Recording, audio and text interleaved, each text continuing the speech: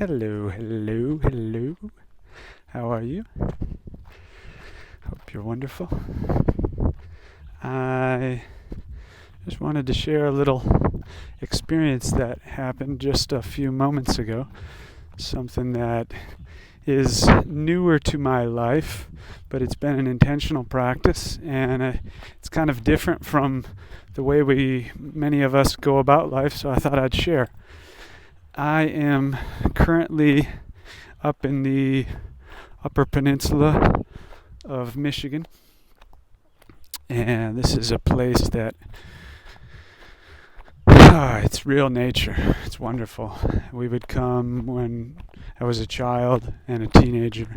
Some really incredible formative memories here, and just so wonderful.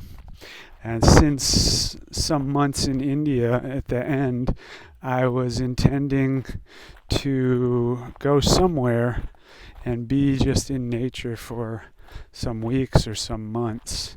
And when I arrived in USA, I was thinking different places, but I was thinking here, and so decided to. Hi guys, how's it going? And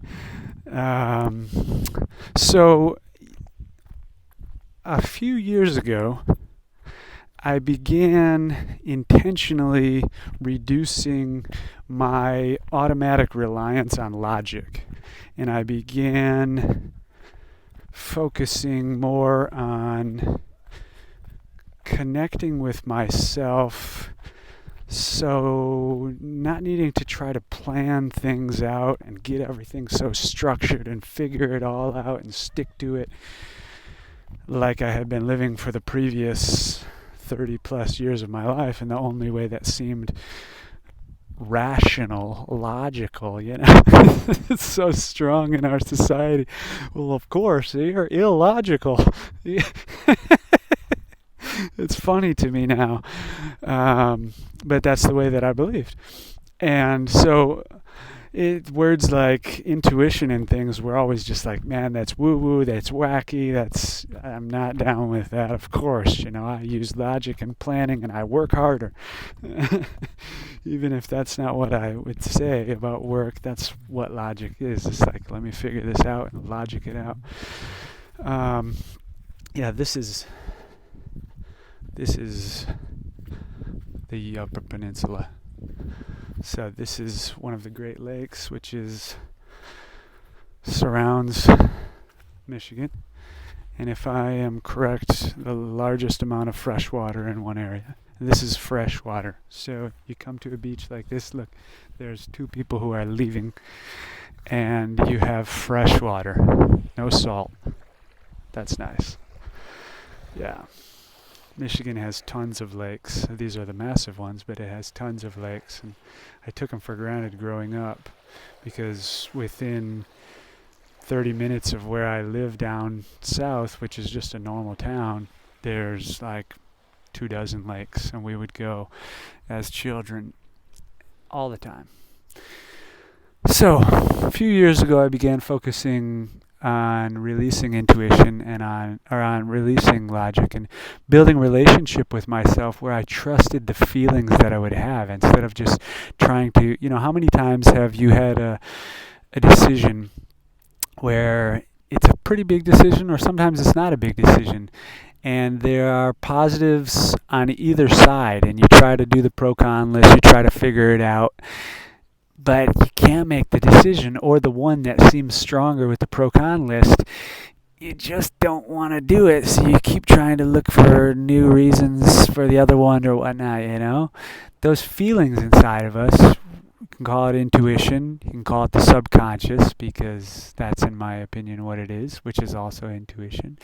This massive wealth of wisdom and information that is not the logical mind, which is less than 5% of our brain power is the logical mind. So there's massive amount of brain power that's being used for these things.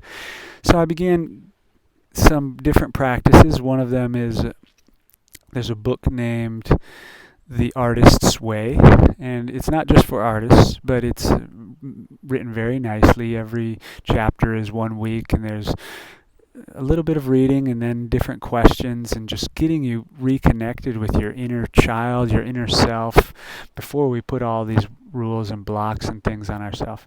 So I began doing different things and just trusting more that I have the ability, whatever may arise, for that to be awesome, that I don't need to try to plan things out and figure them out and be so rigid, but I can just flow with life. Why, as we say in the military, no plan survives first contact with the enemy. So as good of a plan as I make, as soon as I take the first step, new information comes in. And so why would I be so rigid to this old information that I have when all of a sudden all this new information came in? So I began practicing that, and India is a fantastic place to practice that because there's a lot going on in India and a lot of it can seem or be very chaotic. And so if you're making plans that you want to stick to, you're going to be frustrated because things are going to change. And not just things like, an elephant or a herd of cows in the middle of the road, but also things like you turn the corner and you get an experience of like, oh wow, I would like to stay here and meet this person or be with this experience or explore this deeper, versus sticking to whatever plan that I made. And I think that exists all over the world. But India was really great for me. 15 months in there really assisted me in letting go of the logic. And by the end, these last months, I had never lived like it before. And it's fascinating and it's fantastic. It's just like going with the synchronicities, the things that connect, the little messages of like, oh wow, so interesting. That someone just told me about that, you just told me about that, and that just showed up on my phone and click, click, like that. And I would wind up in places that I hadn't really intended to be in, and I didn't really know how long I would be there, but I felt very comfortable with it. It was really awesome. So here's an example. As I said, since I was in India, I've been wanting and planning to be in nature for an extended amount of time and just get the experience of like being a part of nature, being nature, not just coming in for a weekend of camping and then leaving, and not camping or nature being this secondary external thing. Let me go for a hike and then go back out and then go back in, and now like let me be there for a while, not doing anything and just being a part of it. So that's been my intention for some months, and easy to get rigid to that and say, no, this is the plan, I'm not going to. So I have a Congolese friend who came to the United States as a refugee. Thank you, America, for doing a very small amount of opening your doors to refugees, but at least doing some. I love that. And so he survived genocide some years ago. And he came over. I got connected with him while I was in Tucson as I was looking to do some seva, some service, and I feel a connection with refugees and people in that situation, so we got connected. And he's been asking me to go with him to Uganda and Kenya, where he has orphanages and connections with orphanages there. So I've been saying no. I have this plan. I'm going to go to the forest. I'm going to stay in Michigan and be with my parents. That's going to be the focus of this year. I'm not going to do that. And I kept saying it. He's asked me, kept saying it. And finally I stopped and I said, let me just actually look at this without just automatically blowing it off. Why am I being so rigid? And as I looked at it, I said, yeah, that does really resonate with me. That sounds fantastic. So in the past, I would have either made the decision, I'm going to go, I'm not going to go. And if I made the decision, then okay, let me plan it out, let me get the ticket and all that sort of thing. But instead I said, no, I feel comfortable. I don't need to worry that the prices are going to go up or whatever. I'm going to go to nature, which is where I am, and I'm going to see how I feel in some weeks. Do I want to stay further in nature, or would I like to go to Africa? Or something else that arises. And so that's what I did. I didn't worry about the tickets. I didn't, no, I'm not wealthy, and no, I don't have a lot of money, but I'm going to have faith that whatever needs to happen is going to happen. It's always going to do that. So that's what I did. And then, just several days ago, I got contact from a Colombian friend of mine who had invited me to his wedding down in Colombia, and I'd been wanting to go, but I hadn't felt that I could go down to Colombia. It's at the same time that Africa would have been, in the beginning of Africa. And I hadn't felt like fly to Colombia, just have a couple days there, and then to Africa. And so I didn't think that I was going to be able to do it. But because I hadn't bought the ticket, I had freedom. And I just had openness for something else to arise, which it did. I was not even thinking about this, but he just contacted me a couple of days ago and said, actually, the wedding got changed, moved down to Miami. Well, I can go down to Miami, so I just got the ticket to go down to Miami and then fly to Africa from there.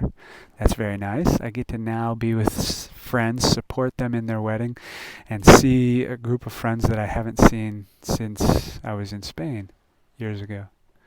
That's awesome. And I said, well, let me now get the ticket to Africa. I've decided I'm going to go to Africa. And since I got the ticket now, there are many different options for the tickets. I'm using miles that I got from credit card signups. So I'm basically flying to Miami and then to Africa for free. I'll pay like $30. So I'm using miles as they're available for all of us in the U.S. Look at credit cards that give miles and things. And hello there, mosquito. So there are many different options for the flight, but about a week ago, 10 days ago, an old good friend of mine moved to Istanbul, and it just so happens that one of the options for flying to Africa has a layover of 10 hours in Istanbul. And if I had bought the ticket back when I would have made the decision previously with the logic planning, I wouldn't have known that my friend was moving to Istanbul, and so I wouldn't have got it. But now I was able to get this one, so now I get to see a friend in Istanbul on a layover, and I get to see a friend's wedding in Miami, and I get to go to Africa. Awesome. So I just share that as a little example of how trusting ourselves and not, fear-based anything, I think, is so limiting, whatever it's about. And, yeah, figured I would just share that with you. I won't even say any more. Love you. Namaste.